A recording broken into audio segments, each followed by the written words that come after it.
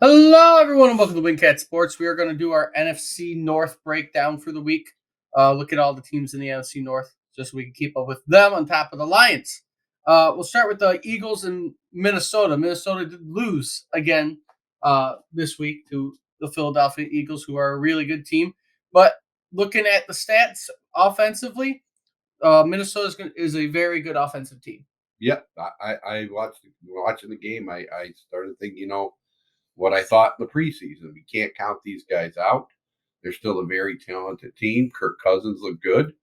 Um, it's going to be a tough battle. I think Minnesota is going to be battling with us, even though they started out 0-2. I think that they're going to. They had two pretty hard opponents to start out the season against. So, um, Maybe their luck is going to be different this year, and they're not really going to be able to win those one-score games like they did last year. right, But Kirk Cousins, he threw for 364 yards and 4 TDs. right. Like And that, I shouldn't say they should have beat Tampa Bay. That was kind of like something that made you think. But they bounced back with the Eagle game. Even though they lost, I thought they looked pretty darn good doing it. well, Um, one thing that looks like will have to happen though for Minnesota to be a very dynamic team, especially in the North, fix their rushing game. Yes, Kirk Cousins threw 364 yards, but you only had a total amount of rushing yards at 28. yeah. So, Well, they're gonna miss Dalvin Cook. so No doubt about that. But you have Justin Jefferson and stuff like that. This is a passing league, and there are a lot of teams out there that just basically run it just to keep people honest, but don't really rely on it. And Minnesota probably is going to be one of those teams. I think eventually they're going to play better, and we're going to be fighting them at the end of the year. I think this is going to come down to the last couple of games of the year. yeah, we do finish the season off against Minnesota, right? We got 2 games against them in the last 3, so it might come down to that if the Lions can keep up in the division. Moving on to the Packers. The Packers lost their game to Atlanta, 25-24. Jordan Love had an okay day. He was 14 for 25, 151 yards for 3 TDs. I believe they blew it. Couldn't finish a comeback in the last few minutes Right. of the game. But Jordan Love, again, not really looking too terrible starting out. I mean, he's not the Hall of Fame quarterback that we're worried about seeing, but he's been okay so far this year. He's a game manager, and I think he could develop into a good game manager. Um, Green Bay's mostly a running team, but they're without Aaron Jones right now. Yep. And so they have to rely on AJ Dillon and things like that. But I thought overall Green Bay, looked good. I don't think they're good enough to be there at the end. We'll see. I'm certainly not thinking that we're going to sweep them anymore.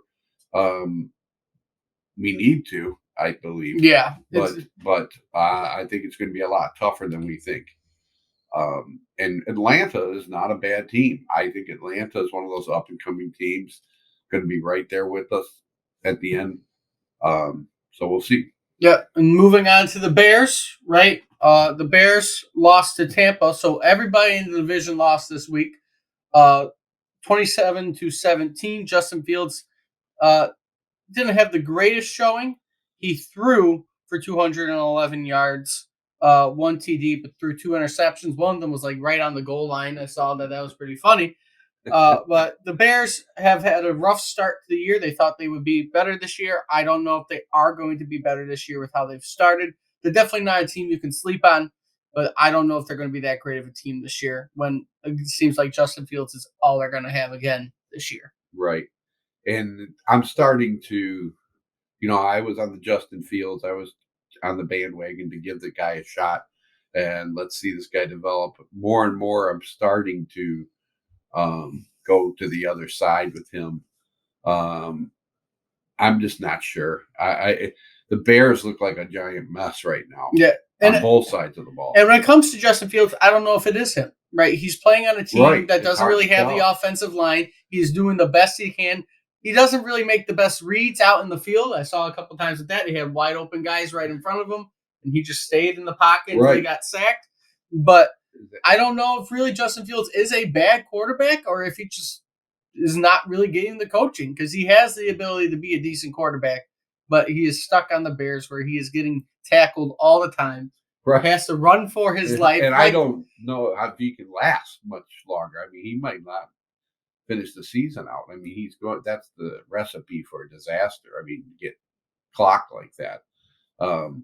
We'll see. I certainly think he has all the physical attributes. It's just, and maybe getting hit so much has just not allowed him to develop into a quarterback that could be successful. I mean, when you're constantly running for your life, it affects you. And I don't think it's going to get any better for the Bears because they're going to play the Chiefs next week. So they're probably going to start 0-3, have a good chance to go 0-4 because they're going to face the Broncos. However, the Broncos haven't had the best start either. They're 0-2. The Broncos don't look very good. And I think the Russell Wilson experiment's going to end pretty quick over there. Not that that's what we're talking about. But it might be his last year, But that's what it looks like for the Bears. So the Bears probably are going to at least start 0-3 unless they shock the world and beat the Chiefs on America's Game of the Week for Fox. That's going to be a very, very entertaining game to watch on Fox this week. Yeah. Well, I mean, with the way the Chiefs' defensive line was playing against us, and they seem to be playing better against Jacksonville, he's going to be running for his life. Probably again, yes. The Packers are going to be playing the Saints, so they very well could lose that game too. The Saints didn't start out bad. They played tonight. So we'll fully get an opinion on that after they play tonight and which way that could lead. But the Packers could start 1-2 just as easily. Right. So it's going to be pretty entertaining to probably watch that game too. And then when we move on to the Vikings, I think the Vikings probably had the best chance to win this week coming up. They are going to be facing the Chargers, who are 0-2 right now. They are struggling. And the Chargers need a win. So the Chargers... both the Chargers and Vikings need a win. Well, right now. You're talking about two teams that want to make the playoffs, that are playoff contenders. They're supposed to make the playoffs. They need to. Supposed to. They are teams that are supposed to be playoff caliber teams, and they have started out poorly. So that is going to be an interesting game. And the Chargers especially, they can't afford to go 0-3 in the AFC with the teams they have. And not even in their division. You can't even do that in your division. Right. But I mean, even if they're both the Bears and Vikings, I think, are going to be able to afford going 0-3 in our division with how it's starting to look. Yep. But AFC West, you cannot go 0-3. So that's going to be an entertaining game. And then we end on the Lions this week. I feel like talking about them again because we've had a day to settle on the loss. Yeah. Not give that initial reaction that we had yesterday. It's always very entertaining to hear the fans the next day on the radio. Or the day of. Or especially the day of. It's just so people calling for Aaron Glenn to get fired don't really know what's going on. They got to work stuff out. You had many injuries. Currently, what I know from injuries, James Houston is out for weeks. Right. So that's fantastic for our line. Wasn't he a genius last year? Toward the end? With our 8-2. Yes. So it's always sporadic opinions going around once the game ends, and it's funny to see. But you got Houston that got hurt. Montgomery might be out a couple of weeks. He stayed today, though. He had a bruise on his thigh. Right. So that might be out for a little bit. And I haven't heard anything about anybody else who got injured. I know St. Brown really isn't that much going on with him. He should be all right. Jerry Jacobs, who a lot of people are also saying cut him, but you put him up against DK Metcalf. Poor defensive planning. That guy's a monster. There's very few people, even really good cornerbacks, that can guard that guy. He's a monster. And you drag Jacobs off of he wasn't supposed to start. It's not going to be easy. No. But they're going to have to plan stuff out better. And that's how that's going to have to go.